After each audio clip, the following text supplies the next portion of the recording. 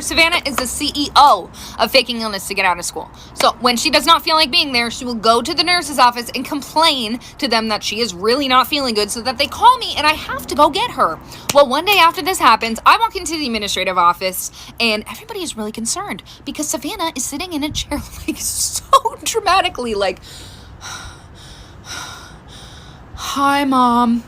And like when I saw her, I burst out laughing. I was like, "Oh my God, are you okay?" And everybody looked at me like I was some really bad mom. Like, "Oh my God, why aren't you more concerned?" But as we were walking out, she was walking really slow and actually didn't look good. So even I was a little concerned. I was like, "Oh my God, honey, are you okay?" Until we got to the car when Savannah looks at me and goes, "You know what, Mom? I feel better now." And I was like, "Savannah, are you serious?" And she's like, "Mom, do you maybe want to go to Starbucks and have like a girls' day?" And I was like, "Honey, what kind of question is that? You know I do." This is why you should always lock your doors.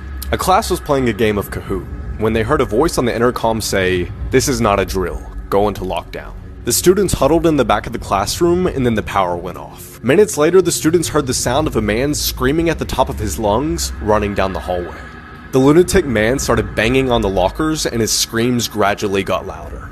He then started banging on the classroom window, yelling, "Open up." He eventually left, and 10 minutes later, a voice on the intercom said a mentally ill person had entered the school and attacked the lady at the front desk. The staff did a sweep of the school and still couldn't find him, so they locked the doors and resumed class. Later that night, one of the janitors went into the utility closet when this happened. This is why you should never explore abandoned ships. In 2014, the US Navy decided to decommission one of its oldest ships, so it brought it into port to be broken down for scrap. Before workers were allowed to actually start breaking it down, the foreman had to go on board and take pictures of every room. So late one night, the foreman spends about an hour walking through this abandoned ship with a flashlight, taking about 100 pictures. When he was done, he emailed the pictures to his boss, who quickly wrote back, "Who's the guy with the axe?" The foreman had no idea what he was talking about, but he noticed the boss had attached one of the pictures that he had just sent him.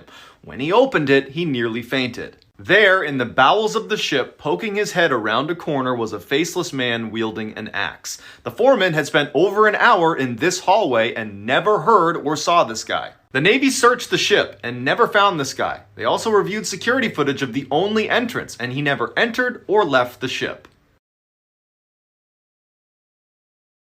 This is why you should always trust your parents. In 1990, a father and his 15-year-old son worked together at a gas station in Florida. One night, the boy was sitting outside on a break when he saw a crazy-looking woman walking towards the store. They were in a high-crime area and it was very late, so the boy turns around to look through the glass at his dad to see what he should do. His dad took one look at the woman and just shook his head, "No, do not help her." The woman walks up to the boy and says, "Hey, my car's broken down, can you give me a ride?" Before the boy can answer, his dad bursts outside and says, "You need to leave here immediately." Angrily, the woman turns and leaves, cussing them both out the whole way. 1 year later, the boy's in his room at home when his dad calls from the other room and says, "You gotta come in here and look at the TV." On the screen was the same woman from the gas station. Better known as Eileen Wuornos, she was a serial killer who used to pick up her male victims at gas stations in Florida. She was later put to death. If someone offers you this, walk away. In 2016, a man was staying at his friend's cabin in the woods when he decided to go for an evening stroll. A little ways down the trail, he hears someone call out from behind his neighbor's house. He looks up and he sees this skinny guy pop out from behind the building who starts waving frantically at him to come over. Worried this guy could be in trouble, the man takes off running to assist, but when he gets close enough, the neighbor just offers him a fistful of Slim Jims and starts talking about how much he hates his wife. Sensing there was something wrong with this guy, he says no thank you to the Slim Jims and walks away. The next day, the man calls his friend who owned the cabin to ask him what the deal was with his weirdo neighbor. There was silence on the phone, and then his friend just says, "I don't have any neighbors." The police are called, and it turns out his neighbor was really some lunatic who had recently killed his wife and had been hiding out in the abandoned cabin next door.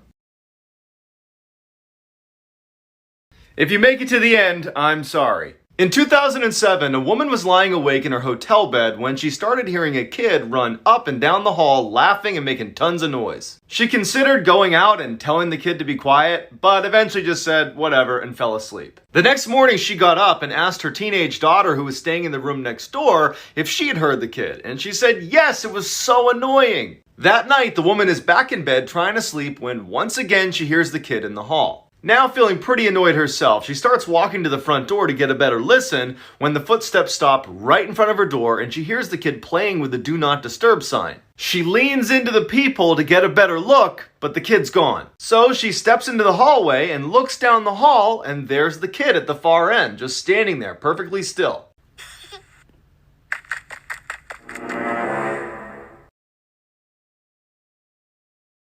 Storytime, I got my boyfriend back for cheating on me by getting him arrested. It was the summer before my sophomore year in high school, and my sister just got accepted to a college that was 25 minutes away from our house. So I would always hang out with her and her friends and go to parties with them. Well, there was this one guy in her friend group that I really liked, and he was 22. And he also had a girlfriend. But did that stop me? No, because he was really hot. And because we would hang out all the time, him and I were getting super close. We would FaceTime each other all the time. We would hang out even when we weren't with my sister and her friends. Well, the one night I'm sitting at home and I get a call from him. And he's like, my girlfriend and I broke up. I really need someone to talk to. And I'm like, aw, you can come over. I'll comfort you. So he comes over and I comfort him, and then we do the nasty. And the next morning I had to sneak him out my window because my parents would have flipped shit. So him and I start dating after that. And then Halloween weekend comes up. And I go to a party with my sister and our friend group, like for part 2.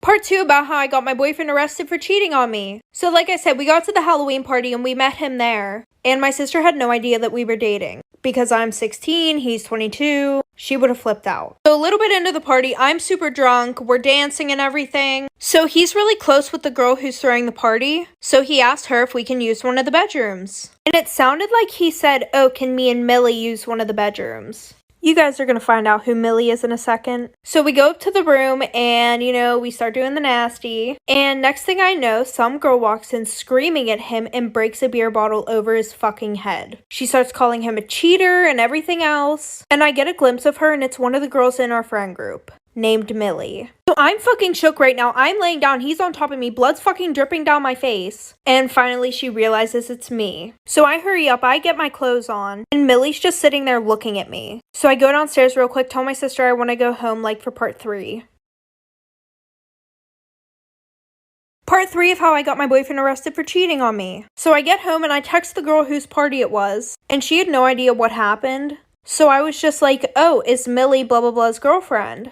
And she's like, yeah, but they're off and on all the time. He has a new girlfriend like every other week. So at that point, I block him on everything and I just go to sleep. Well, the next day I wake up and my sister and Millie are in my room. And I'm like, oh shit, here's a fucking intervention. But plot twist, my sister's like, Millie told me what happened with you last night. And I'm like, what? And she's like, how he took advantage of you. And I'm like, oh yeah, that. And my sister was like, it's okay, it's not your fault. Like, we need to go to the police. It isn't right what he did to you. And none of them had an idea that, like, we were dating the whole time. So my sister was like, you need to tell mom. So I told my mom, and then we got the police involved, and now he's in jail. Yes, I know what I did was fucked up. I know I lied. But I have no fucking remorse. Karma's a bitch. Storytime about how I got catfished and almost kidnapped. So because I just turned 18, I thought about signing up for a few dating apps. So I did. I matched with this really cute guy named Chris. And we chatted on the app for like 3 weeks back and forth. I would ask him to FaceTime, but he would always make up some lame excuse. P.S. ladies, there's a video dating app coming out soon. So no more lame excuses for sus boys. Anyways, so finally after asking him a bunch of times to hang out, we finally made plans to meet up for dinner. He gave me the address to the place and it was like 20 minutes from where I lived. And he told me that he was going to be wearing a baseball cap, and I told him that I was going to be wearing a white shirt and green jeans. So I took an Uber and got there at like 6 o'clock, but when I got in there, I didn't see anybody with a baseball cap on. While I'm looking around, all of a sudden somebody taps me on the shoulder. So I turn around and it's this older guy wearing a baseball cap, and he goes, oh, hi, I'm Chris. So I'm definitely feeling super sus at this point, but I'm too fucking nice to be like, ooh, get the fuck away from me. So I figured I might as well get a free meal out of this. So we sat down to eat like for part 2.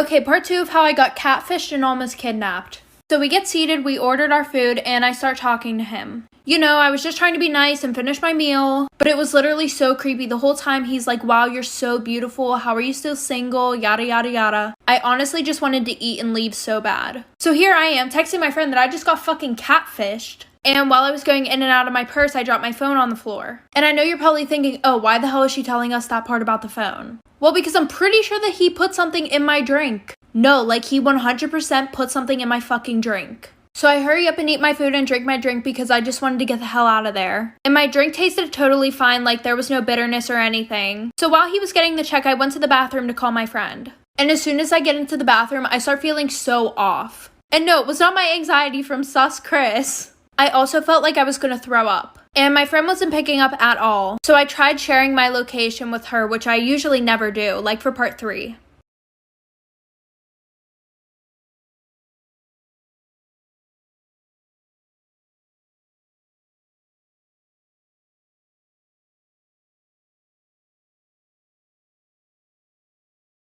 Part 3 of how I got catfished and almost kidnapped. So like I said, I shared my location with her, but it took me forever because I had no control over my body whatsoever. And I was throwing up uncontrollably. So she immediately knew that something was wrong because I wouldn't just randomly share my location with her. So that's when I blacked out and I really only remember a few things that happened after that. Like I remember being out in the parking lot and him walking me to a car, which I thought was my Uber. So I remember waking up in the car and looking at the dashboard and it being 9 o'clock at night. So I start to wake up a little bit and I realize that I'm in somebody else's car and I can't find my phone anywhere. I'm pretty sure I blacked out again after that because the last thing I remember is a police officer standing over me and shining a flashlight in my face. So apparently there's security footage of him pulling off into a gas station and putting me in the trunk, and he was able to make it all the way to South Carolina from West Virginia. So my best friend shared my location with authorities. I want to spread awareness that things like this actually do happen. If a picture's worth 1,000 words, a video's worth 1,000,000. So click the link in my bio for a safer option of online dating.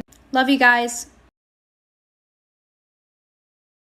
Storytime, my boyfriend beat up his ex-girlfriend because she tried to kill me. So it was my sophomore year in high school and I had just gotten with this guy who was fresh out of a relationship. And let me tell you a little bit about his ex-girlfriend. So before him and I even started dating, him and his ex-girlfriend were together for like 2 years. And guys, this girl was fucking psychotic. Like, let me give you a quick example. Last year, I had a class with him and her, and the teachers assigned partners for this one project. Well, her boyfriend got paired up with this other girl. And anybody who would even talk to her boyfriend would get jumped by her and 8 of her friends. So his girlfriend starts being buddy-buddy with this girl. And his girlfriend goes, oh, do you want to come to the bathroom to hit my dab pen? So the girl says, yeah, thinking that she's being all nice and shit. So they both go to the bathroom and they're gone for like 25 minutes. So I asked to go to the bathroom because I want to see what's going on. So I walk into the auditorium bathroom and nobody's really around that bathroom. And this bitch is getting beat the fuck up. Like for part 2.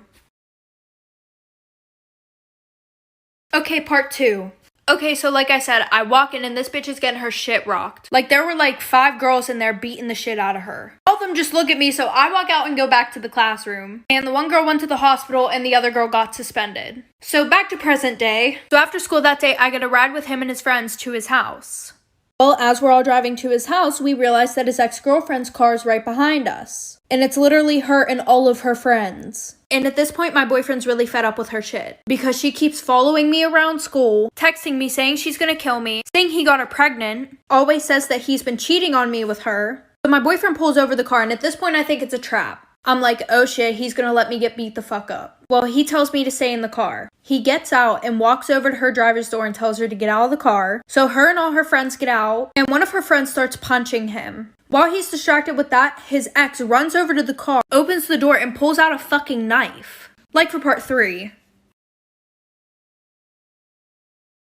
Okay, part 3. She fucking has a knife up to my neck, screaming at me. And I'm staying quiet as fuck because I do not want to get my throat slit by this bitch. So all I see is my boyfriend rip this bitch out of the car and start stomping her in the fucking ground. And whenever he went and ripped her out of the car, the knife like slashed my leg open, so there's fucking blood everywhere. And we're like at the beginning of his cul-de-sac, so all the fucking neighbors are outside watching him stomp this bitch into the ground. And then one of her friends comes around the other side of the car, grabs me by my hair, rips me out of the car, starts beating the shit out of me. So then one of his friends starts beating up that bitch too. So obviously the cops were called. My boyfriend went to jail. She also went to jail. And after that happened, my parents made me move schools. But after that, word got around that they were dating again. Good luck to